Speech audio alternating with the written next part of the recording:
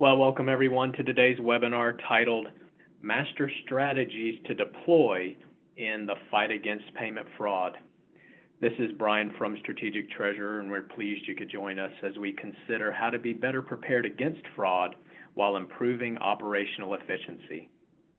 Our speakers for today are Rob Hansell, Business Solution Consultant at FIS, Maria Salazar, Director Advisory Practice at PwC, and Craig Jeffery, Founder and Managing Partner of Strategic Treasurer.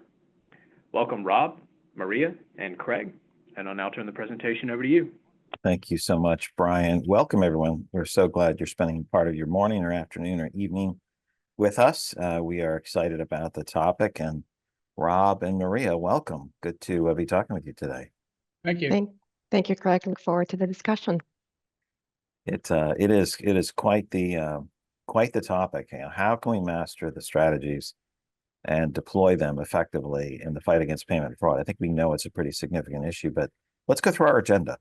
You can see 5 rectangles on the screen with some text and some lovely icons that describe what we're going to walk through. Let me just give you a quick run through of those to add to the headlines there. First, on the fraud situation, I think we know that fraud is prevalent. It's also sophisticated, but it's also common. There's a significant number of ways that are both sophisticated and unsophisticated that criminals are targeting our organizations. Second, those threats are not just focused on AP, Treasury, they're focused on the entire process. They go after people, they go after technology, as well as the structures that we use. Then we'll move our conversation over to protecting payments, this idea of a comprehensive approach. So the criminals have a playbook to get after our money, our funds, and information. And so we need a payment security playbook that allows us to defend against that. So when we consider taking a comprehensive approach, it is not just one solution, it's all of them. We'll be focusing a little bit more on technology today, but that is certainly a key area for organizations to look at it comprehensively to protect against fraud. Then almost finally, we'll look at tools and strategies. How do we build a strong defense? And so we'll look at a business case, which are the reasons, not just the return on investment, but the reasons for protecting your payments efficiently. And so you can think of all the reasons, from preventing a loss to the wasted time to trying to explain that to everyone. So this is keeping all of our systems and all of our people up to date. What are the tools and strategies that can help us do that most effectively? Finally, the 3 of us will give you 3 key takeaways. One is about the mindset. We'll look at examining the technology that's needed and the purpose of protection. Why do we do that? So we'll give you some run through on that. But that brings us right to the fraud topic. You can see some of the survey information from 2 different surveys. I'm going to just make a couple comments on it. You can see 3 different areas. All of these are above 50%. The first 2 are almost 4 out of 5. The third one is just over half.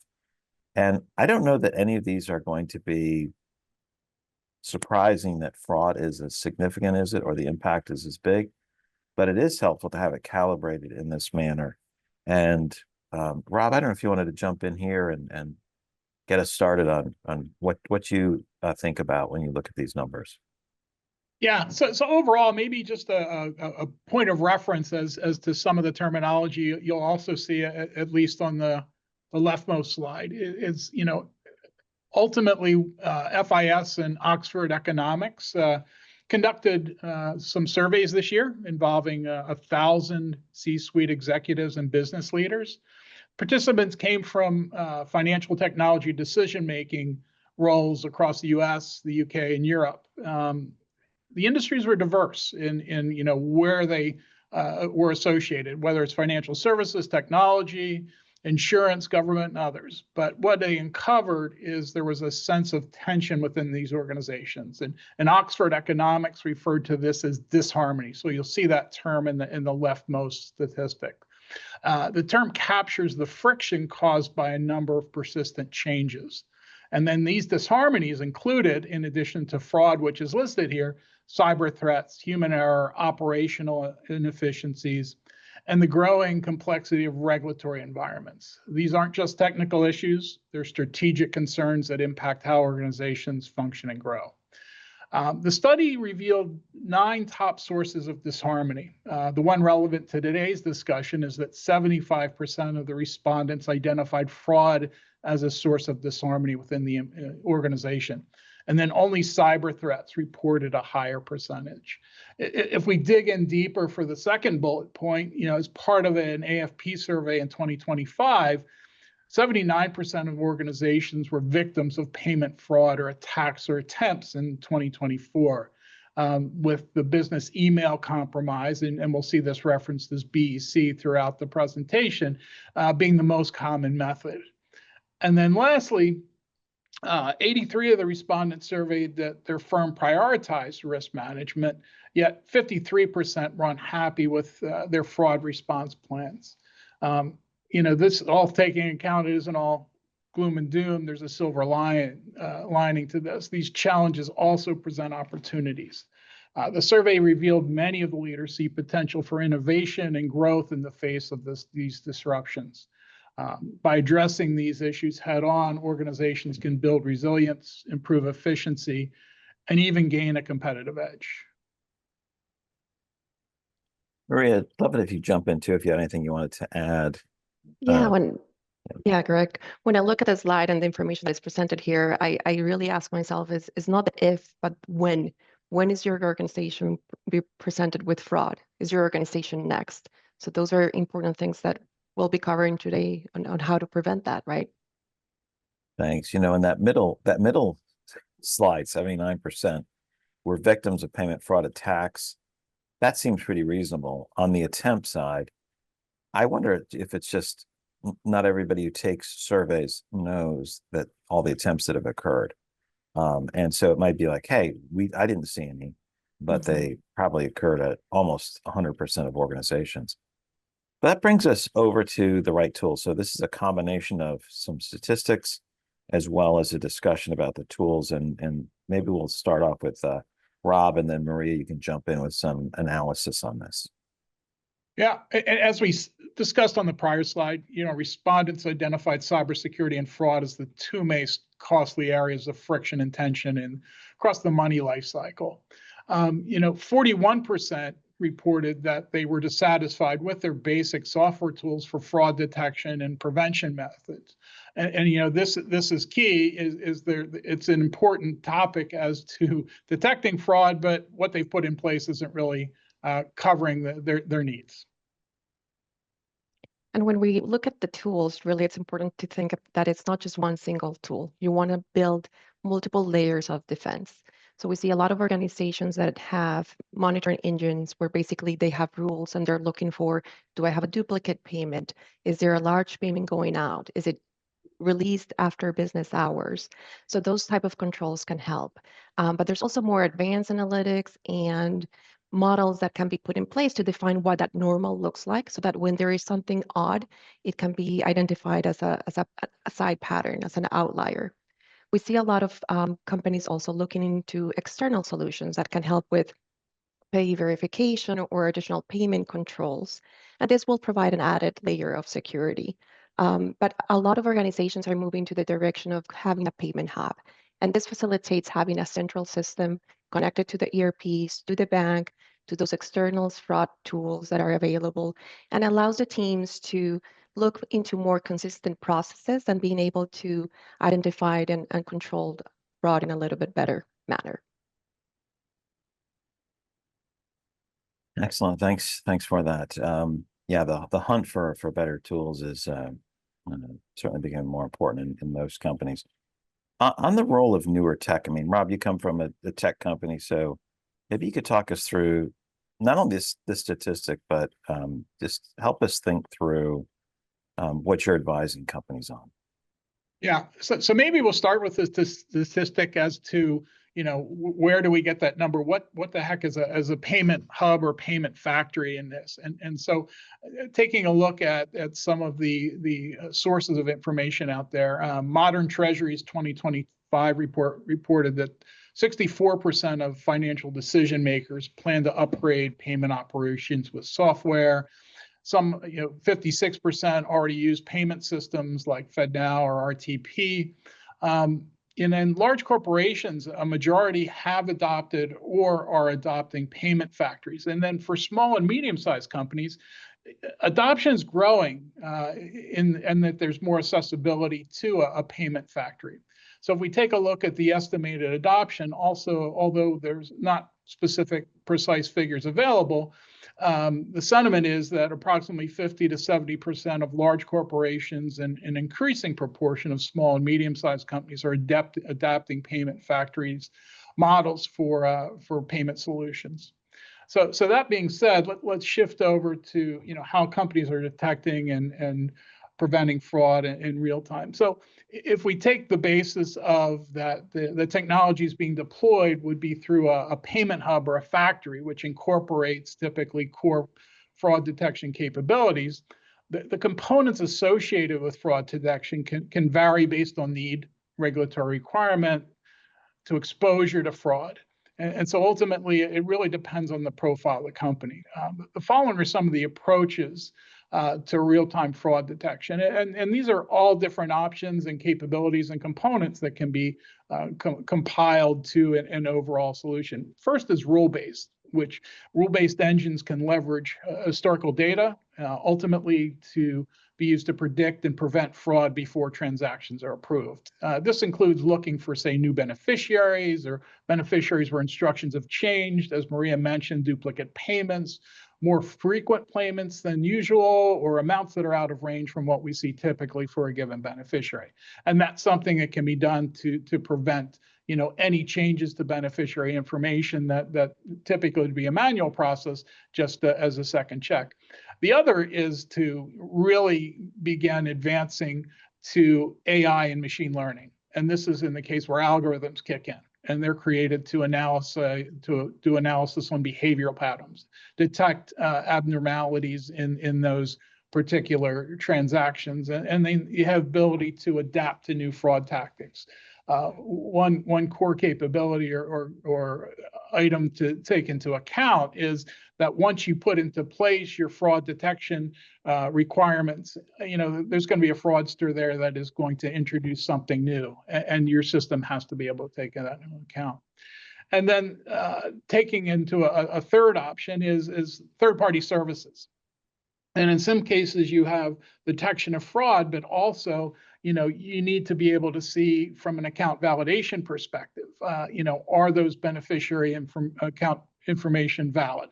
And typically that's used through a provider that has community databases, either through participating banks in the service or through the participants that use the service themselves. They all contribute to an overall database. And ultimately, the service would return scoring as to the likelihood of a beneficiary that's being processed as to their information being valid or invalid. And then ultimately that transaction or the returned information can be routed to a compliance team for validation. Ultimately, the pros associated with centralizing fraud detection within a payment hub include you have visibility across all payment channels, whether it's ACH, wire, real-time payments, as well as the corresponding origination point.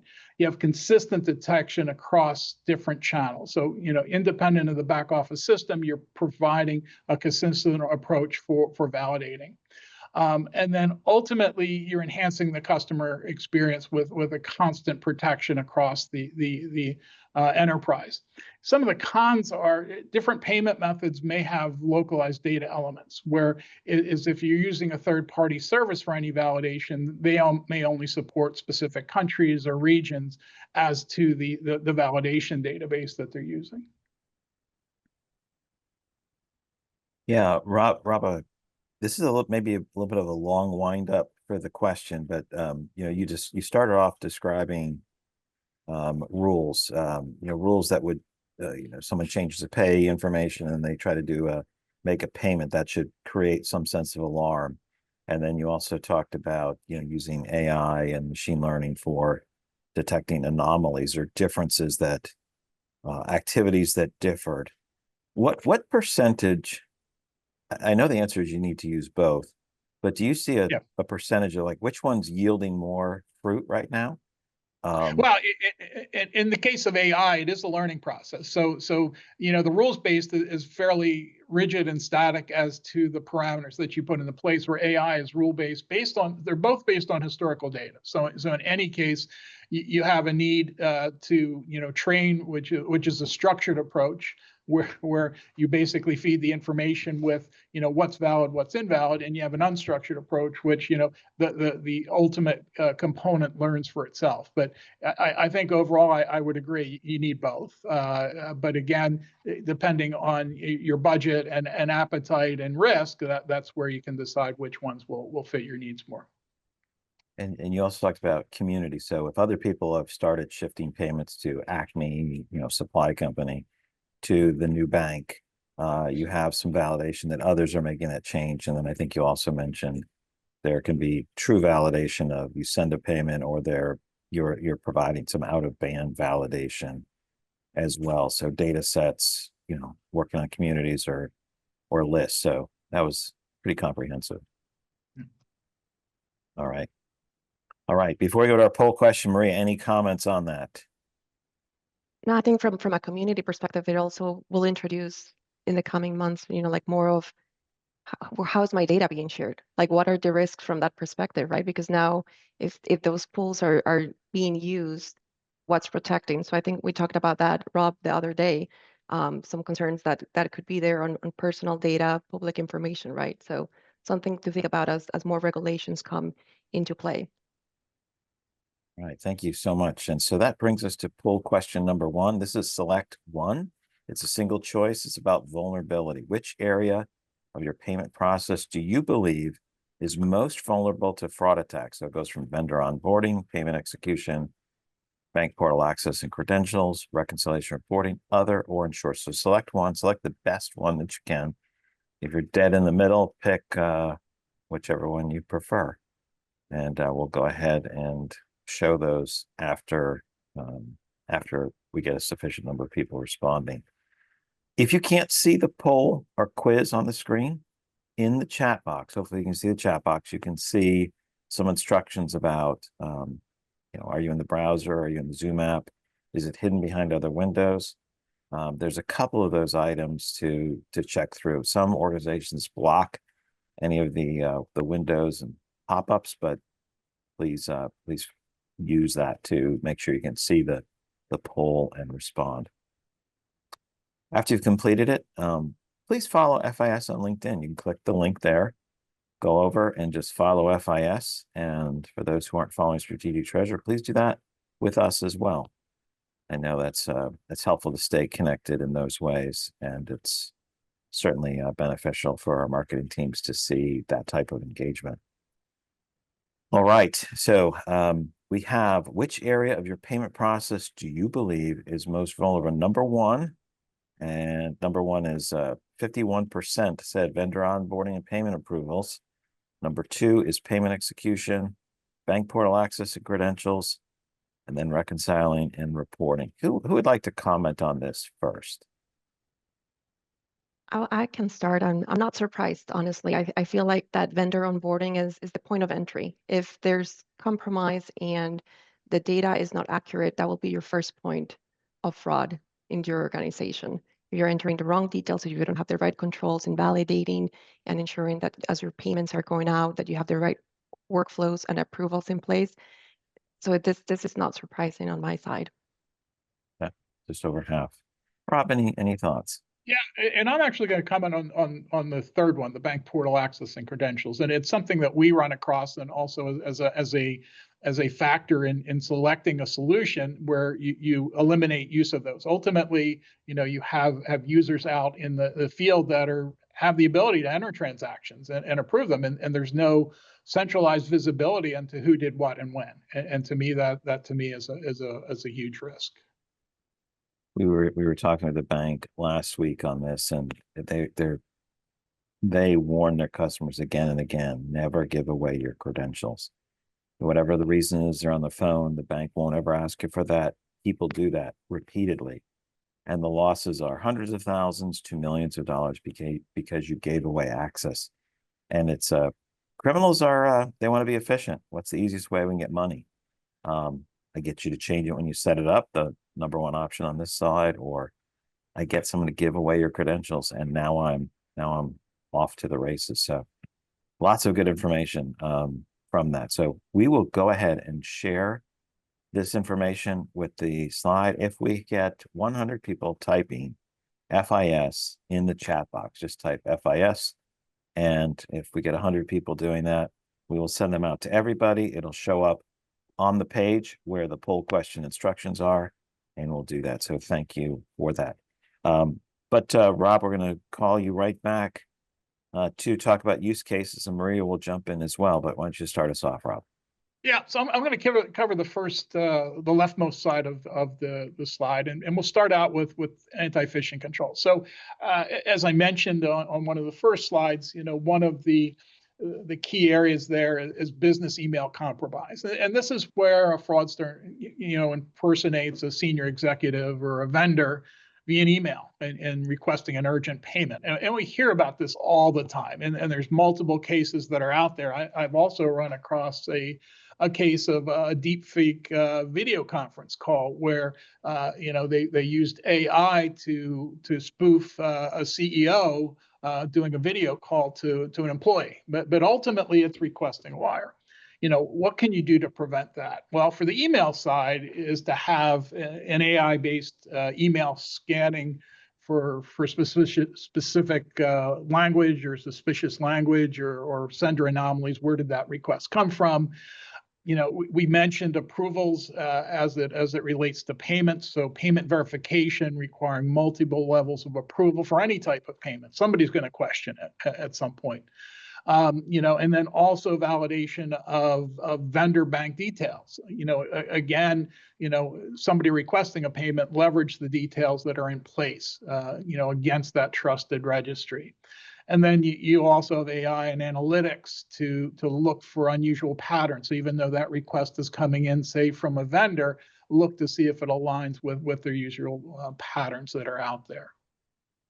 And then if I shift down to real-time payment screening, this goes back to as payments are being processed, and now the payment is introduced to a workflow. So you need to make sure that the payment details are correct, whether that's the routing numbers, the account numbers. Everything's legitimate before processing, and how do you track for that? Is again, AI or rules are going to look at the data that's coming in ultimately to reduce false positives and improve the processing requirements. Also taking into account, say, third-party databases to validate that account is an actual one. And then I'm going to add a third item within the real-time payment screening, which is transaction anomalies. Is this a change in the frequency that we see that payment having? Are you seeing daily payments via the monthly ones that are typically there? Is the amount out of the typical window? So they typically get paid $100,000 a month, and all of a sudden I'm seeing a payment that's double that or triple that. Or am I seeing duplicate entries? Those are all cases that nobody has the time to go through and do that. You have a system that can automatically look for that type information. Thanks, Rob. And then from the validation side, just think of that as the foundation of fraud prevention. So making sure that the data that you have in payments is accurate and can be trusted. So we look from vendor onboarding. So you're looking at your supplier, what account information you have, how was it recorded, from a bank account perspective, and payments, what currencies are you going to be sending in the payments that you're sending, what currencies are allowed.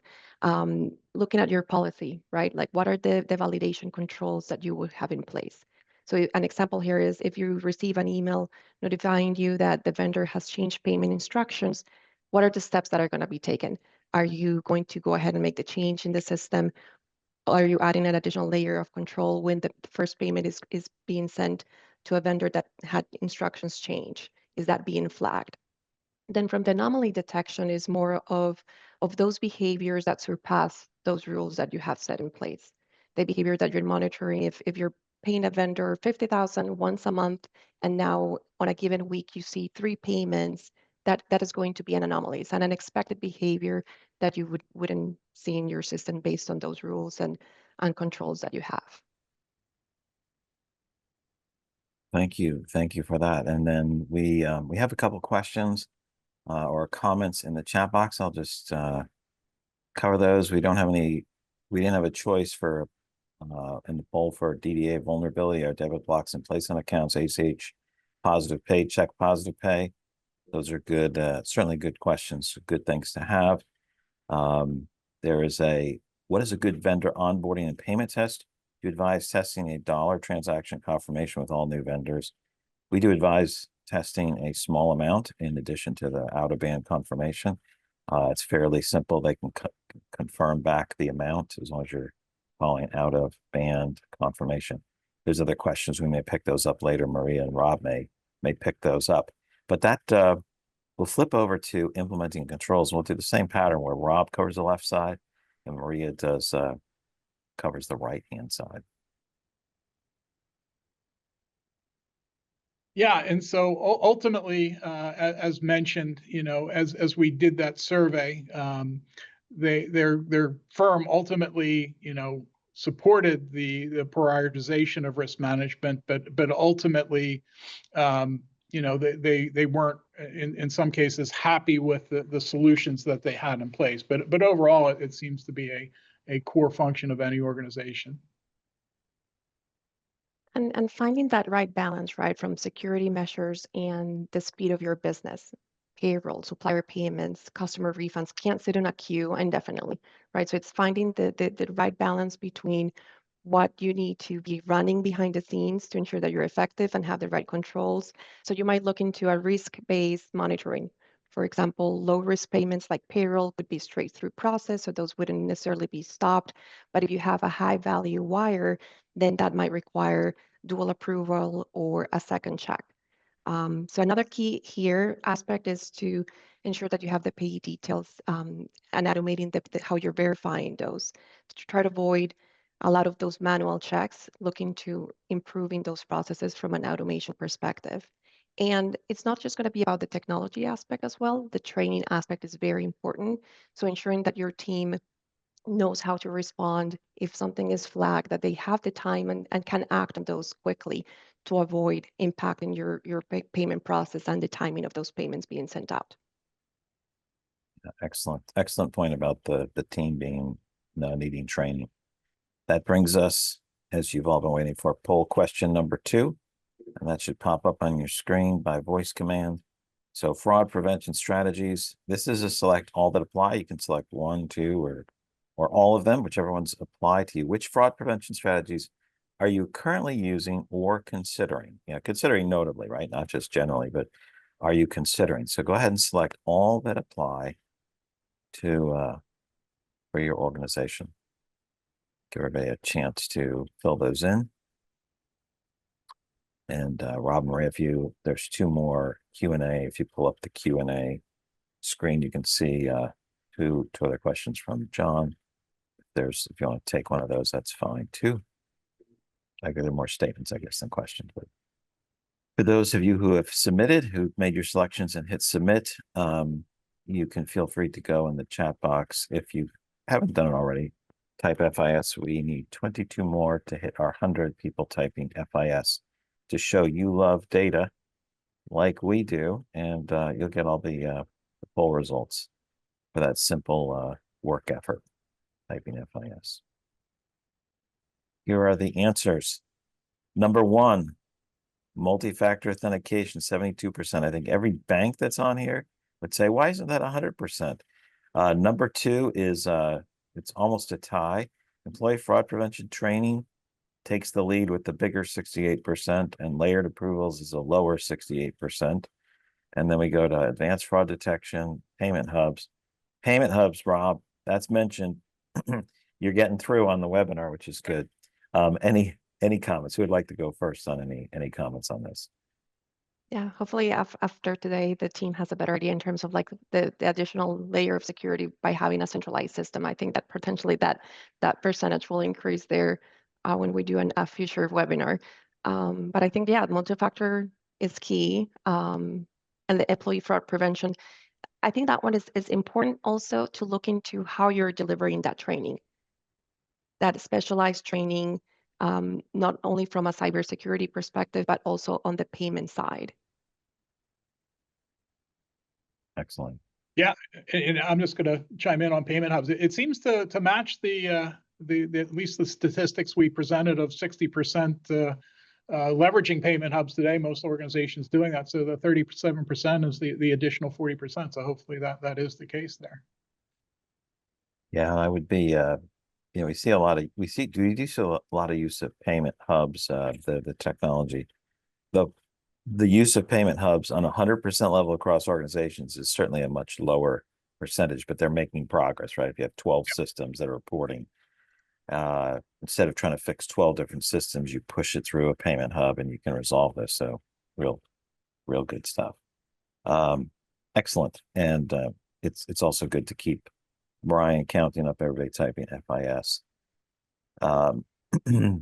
Yeah, so other comments in the chat box about DDAs are very vulnerable. ACH credit origination protection can also look at outbound credits to identify in the file if there's new unrecognized pays or new transaction or account pays in the file compared to historical data. So this is one way of detecting an anomaly detection. Those are good comments. I will just say they're answered. I don't think we need to chat on those more, but feel free to jump in.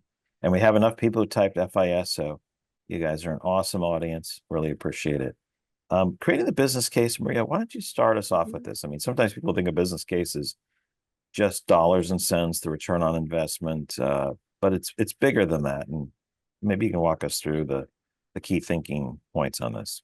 Yeah, my advice here is really looking at defining that fraud strategy. What are the business goals? What is driving your organization to put together and go in and select a technology that can help you with fraud, right? Are you looking to cut losses on fraud, reduce false positives, improve the speed of payment processing? Is it a mix of all? Most likely it's going to be all of those that I've mentioned. So as you answer those questions, it can help you define the processes, the tools that you need, and be able to kind of also identify the metrics that you want to keep in place. You want to look at your internal data. From a vendor management perspective, do you have that data structured? Is it clean? That is going to be key to carry out a type of this project and build that business case. You want to look into the controls and layer up those. Maybe you start with those that will have a biggest impact. Could be pay verification, anomaly detection, and then use more advanced capabilities over time. Going back to the teams that need to be involved, it's not just going to be AP or treasury. You need to bring in multiple teams across the organization, from security and controls, IT, cybersecurity, work together to define and put together that business case so that there's involvement across the different levels of the organization. Training, as I mentioned before, is going to be crucial. Identifying what those types of training will be also as part of your business case to ensure that this is rolled out and it's successful. And in summary, really thinking of fraud as a strategic enabler and not just a compliance requirement that you're going to check out every quarter. Yeah, Rob, did you have anything you wanted to add on that? I definitely want to do a follow-up too. Yeah. The other piece, though, business case for here is, regulatory. And I don't know how many on the call are familiar with what's happening with Notch in 2026. So any non-individual or would need to have fraud detection as part of their ACH process and ultimately have that as a document process. Doesn't mean it has to be automated, but there has to be a process in there for fraud detection, which would include account validation. And then also anybody doing SEPA payments, coming in October, there's a requirement there for validating, again, the identities of the IBAN holders. So again, account validation for SEPA payments. Right. And then a question for you, Maria. You mentioned it sounded to me like you were saying that the fact that fraud is so prevalent, that can be a triggering event to update the whole payment process, not just for controls, but for efficiency. Am I reading you right on that? Yeah, I think that when organizations are looking to have efficiency, they don't want to cut corners. So they really want to understand what goes along with that, from approval workflows, limits, who's doing what in what systems. If you have a payment hub, but then you're still allowing for payments to be processed in bank portals, that continues to add other opportunities for fraud to not just be in one point, in one system. So just to think at it logistically across the organization and ensure that you're involving the teams across. Yeah, probably another aspect is when there's a new method of security and it's a bolt-on process for the initial part, you want to get that built in or baked into the tech so that it's standard, it happens on an efficient basis. So yeah, thanks for explaining that. And Kirk, one more thing there as I think about that is it's not a one-time project, right? You come in, you implement the technology, you're going to have to continually monitor because the fraud schemes are constantly changing. So it is something that it's going to be ongoing for the organization. The ongoing war. Rob, there was a question about what's happening in October in 2026. Can I just do the quick overview? 2025, October of 2025. So for NACHA for 2026, so that would be actually and I have it further down in the deck, but I believe it's a June 2026. So for any non-consumer originated ACH, there does have to be a fraud detection capability as part of your processing. And that at a minimum would include account validation. It is something you can go to the NACHA site and find out very readily as to that new initiative. And then SEPA would be October of 2025, where there's account validation requirements. I do believe corporations have the ability in 2025 to opt out, but banks are complying with that. I know we've had some U.S. clients reach out to us that they've gotten a notification from their bank that they have to declare whether they're opting out or opting into that requirement. What Rob said is extremely important, not only in those two cases that he's bringing up. Those are two different, let's just call them payment rails. They're requiring greater levels of security. We've seen that historically happen, and it's expanding to other areas. Back from the card activity, so you're probably familiar with PCI DSS, payment card industry data security standards that rolled out to prevent and reduce the level of fraud which threatened the industry. Later on, you saw SWIFT CSP standards to protect the SWIFT network, the messaging network that triggers many, many payments. You've seen it with a couple things with NACHA and SEPA, et cetera. So these are rolling out through the different payment schemas, payment networks. That will not stop. That will continue to grow. So Rob's points are great in context with the specifics, but there's also the broader context of what's happening that we need to be prepared for. So, Rob, I think you're doing this one too, aren't you? Yeah, I'll take on that one. So ultimately, what's the criteria for determining and evaluate the tools that are out there, and then how does that selection sort of triggered by the size of the organization? So if I take a look at anything that you would purchase from a corporate perspective, the tool set, you need to do analysis based on what solution is best to meet the needs of the organization. And some of that criteria would be, how effective is the solution? Just like anything else, you go out to RFP, you do a demo and see what the solution can do, but how effective is it in this case detecting fraud? Minimizing false positives. You don't want to implement something that every single transaction is coming up as a potential fraudulent transaction, and it needs to cover the payment methods that are in scope. You don't want to have something that's just doing ACH, but you're a global company, you need to take more into account. Has to meet the volume requirements. If you're doing hundreds of thousands of payments a day, you need to make sure the solution can handle those requirements. And then ultimately, depending on the approach, it needs to integrate in with your source systems. I'm not saying plug and play. We'll talk about that in a second, but it just needs to be able to integrate.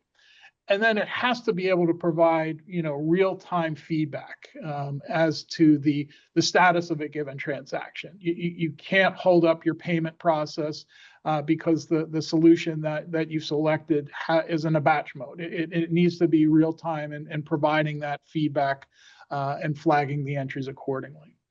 It has to have multiple or minimal friction on the overall process. So you don't want to have any direct impact as to what is being done on valid entries. Again, the invalid entries are going to require typically user interaction. And then, it has to, how effective is the solution in taking into account the SEPA requirement? So it's verification of payee. And then the notch of fraud detection regulation that we mentioned for March of 2026 and June of 26 for non-consumer originators. But all evaluations that you're doing also have to take into a cost and ROI as to the implementation of the solution. If we take a look at the above, smaller organizations may have potentially less complex requirements. So you really just need to focus on plug and play type solutions and focus on the core requirements such as regulatory associated, which would be at a lower cost, where if you're a large organization with more complex requirements, higher volumes, multiple payment methods, multiple payment origination points, you would tend to explore more comprehensive and customizable solutions that can scale. And so that would sort of be my selection process. Excellent. Thank you. Thank you for that. The calibration based on complexity is important in so many areas of treasury, payments, and finance, and that was a great explanation. So our next poll question is, what are your biggest obstacles to improving payment fraud defenses? And this is select all that apply, and we'll give it over to you to do that. There's another question that came in. It says, is there a minimum amount of ACH transactions a company has to process to be governed by the new 2026 NACHA requirements? Does anybody know that off the top of their head? I know there's the one for once you hit a threshold, you have to do, you have to close off, tokenize, encrypt, or remove from view account numbers in your NACHA record. I can't remember the exact amount for that, but anybody know the exact answer to that question that was asked? Yeah, and so I don't believe there is a number for the June 26th date, or at least based on the NACHA website and what I've read to this point. You are correct. There was a March 26th date and a June 26th date. The March 26th date was for the higher processing. I think the number, if I remember, was 20 some odd million. And that actually is, I think, in effect, if not today, there is regulation in place today, but that in June of 2026 is a holistic approach for ACH in general, if you're an originator. Okay, awesome. All right, so thank you for that. Thank you for the question, and Rob, thanks for the response. So let's see, has everybody answered? Okay, so number one, integration with existing systems, right? The big challenge. Number two, budget or resource constraints. Probably more resource than budget. And then number three, lack of internal expertise, leadership buy-in, 24, and other ensure. Either one of you, do you have any comments on this? Or words of wisdom? Yeah, I mean, in my case, I would agree with all of this, that there's nothing that sticks out as not being applicable here. Okay. And into looking for those integrations to existing systems, maybe another initiative there, another project would be to also look into potential rationalization of those systems, right? To try to reduce the number of systems that are exposing your fraud. Yeah, that's true. Especially organizations are acquisitive and continually pour in new systems. That adds to the complexity. So rationalizing or reducing does simplify it. Thanks, Maureen, for that. All right, thanks everybody for answering that poll question, or all the poll questions. And Andre had noted that all ODFIs, this is in March, with volume greater than 6 million in 2023. That was the number in my head was 500,000, but that was an average per month. So the 6 million, we'll take that as accurate. So thanks for pushing that into the box. On the fraud threats here, this is across the payment cycle. Criminals want to get at your funds wherever they can. And so they don't just say, we only go after setup. We only go after when the file is created and try to change it. They will go after the process anywhere. So you can see the flow from we initiate and approve payments to we review and fund, payments are sent. There's a clearing and settlement process, and then there's reconciliation reporting to see what goes on. I'll take a jump to the far right. You know, we've seen criminals when there is a process that identifies something as anomalous. Here's a confirmation of a payment that went to an account controlled by the criminals, that they will write code to stick those into to delete those, to stick those into another folder so that people don't see it, or to delete it off of the screen. We saw that in the case of the Central Bank of Bangladesh. On the initiate and approval side on the far left, there's all kinds of examples. Rob had mentioned business email compromise. I gain control of an email account. I start communicating. I change information.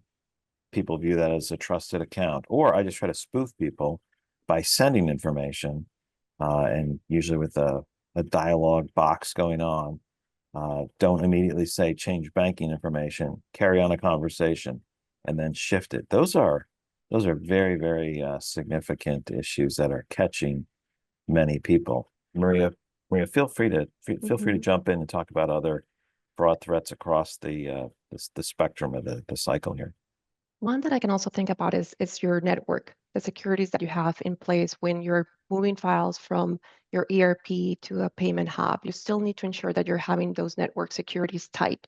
For example, if a file is sent that is not encrypted and is being placed in a folder and staying there for a longer period of time, or even just seconds or minutes, if a credential is compromised, whether it's internal or external, and someone goes in and modifies that file because it was not encrypted, then when it's sent to your payment hub system, it could go out, right? So it's ensuring that you have tight controls through your organization when you're sending anything related to payments, and ensuring that you have, whether it's PGP encryption, those type of controls can help. And we see it here, you know, that you want to control a payment being sent, and you think that maybe it was not compromised, but it could.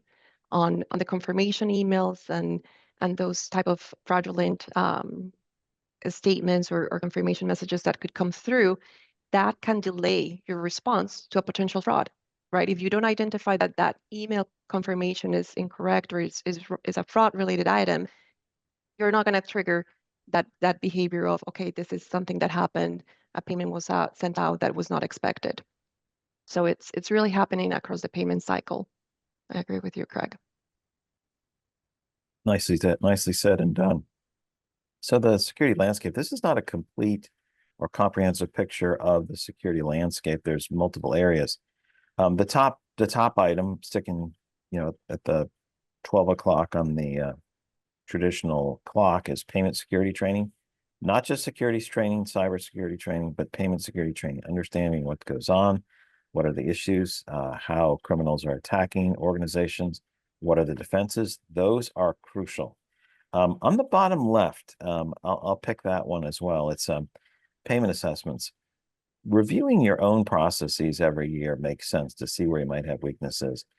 We also think it makes sense to have someone else take a look at it from end to end to see what's going on with your payment process. Where are the holes? Where are the gaps? And the reason why you should do that at least every other year is the criminals, have escalated their attacks. They've learned new methods, and so what may have been sufficient or commercially reasonable one year becomes a significant problem the next year or 2 years later. So this is a way to keep things current. I think Maria used the phrase, it's not one and done. It is how do you continue to shore up the security? So those are a couple that I'll start us off with, and I'll flip it over to you, Maria. Yeah, and I think across, these elements, the more connected, the more resilient your organization will be to fraud. If we look in terms of the technology and the systems, if you have those tools, then it's also thinking about the processes, the trains, the monitoring that goes behind those. On the infrastructure side, I mentioned the networking example in the prior slide. So it's really having across this diagram, which makes a nice summary of your security landscape, having those types controlled around your organization, Craig. Excellent. Well, this is a This is a slide that shows 4 areas. Many people think of people, processes, technology, but we also threw in structure and services. Services from fintech, services from your banks. The banking structure you have is also a key element of the defense. And so I think we're going to flip it over to both of you. So I don't know who wants to start, but you're each covering a couple different sections. Yeah, I'll go ahead and start. Okay. So from the people side, we see people as both the greatest asset and also the weakest link, right? Because fraudsters will try to exploit that behavior, that human behavior, and it could be an inadequate activity that receiving that email, taking action from thinking that it's coming from the CFO and executing that payment that you thought that was a valid request. So that can be a weakest point of entry. And how to solve for that, it's going to be that continuous and regular and specialized training that you do with your teams and across the different roles of the organization. Not just if you have a treasury analyst responsible for entering the payments, but also thinking through your managers that are doing the approvals, any backup calls, that people are really clearly defining what those roles are and the specific training that they need to have to carry on those. And then you have the processes, which will be that second layer that comes into where the fraudsters can thrive when employees only have one single point of entry and one channel of communication. So utilizing MFA, like multi-factor authentications, looking for those additional validations and confirmations will help to ensure that there's segregation of duties and that it's not just one single point of process and entry. Rob, if you can take us over the technology. Yeah, I'll take us on to technology. So, although technology seems to be the silver bullet for resolving all challenges as part of any issue that you have, in this case, technology must work lockstep with the people and the process that have been implemented. Technology can automate the detection of fraud scenarios that exist at present, but also must take into account the ability to adapt to new exploits that fraudsters begin to leverage. So again, as Maria said, it's a never-ending journey. Everything has to be reevaluated. The most logical approach to managing payments across the enterprise is to implement a payment hub. Payment hub streamlines the process, incorporating a standard set of validations, approvals, formatting, and ultimately delivery to the financial institution. And it provides a single source of truth for all financial transactions. And then it can act and lends itself to perform the fraud detection. So, we have the workflow in a payment hub, and part of that can be fraud detection, as well as the integration of third-party services. I may want to incorporate a fraud detection or account validation service, or I may want to bring in a sanction screening service. All of that can be performed through a central process. But ultimately, what that then provides is any exceptions encountered can trigger alerts and notifications through the workflow that's been defined. If I move to the structure and services, and if we continue with the example of implementing a payment hub from a technology perspective, and we combine that with the other areas listed on the slide, there needs to be something that ties all aspects together to support the underlying components, as well as being able to link specific services that will support the corporate fraud prevention detection established policies. This may involve plugging in one or more validation services, including sanction screening, as I mentioned. It could be whitelist, blacklist, et cetera. But choosing the path of having all activities facilitated through a central solution, the organization is provided with a single window into all activity that's processed across the enterprise, including any user touch points and validations that have been completed. So a complete audit trail of what's going on for every single payment, whether it's validation, it's fraud detection, it's sanction screening, approvals, all of that's in one place. And then all of this has to align with the overall fraud strategy of the organization. Also must take into account evaluating, the overall banking structure. So as was mentioned before, it isn't just simply switching on technology, but also looking at other areas, which could mean, bank rationalization, minimizing the number of banks that you have to make that a standardized process. You could also make use of banking services. And I think this was in one of the comments: positive pay, pre-notes, or micropayments during beneficiary establishment. And then overall, the company's fraud prevention and detection strategy must embody all of the above areas, each contributing to the reduction and the elimination of cases of fraud across the enterprise. Excellent. That brings us to our last presentation slide. We have some more announcements. We'll go Craig, Rob, and Maria. We'll be quick on each of these. So first, the mindset of controls. A business case has to look at everything, not only control, not only efficiency, but all of those together. And that's part of the calibration that Rob had talked about. The other area we talked about a little bit throughout and that Rob discussed was structure. Banking structure also matters so that you can see any type of anomalous activity readily available.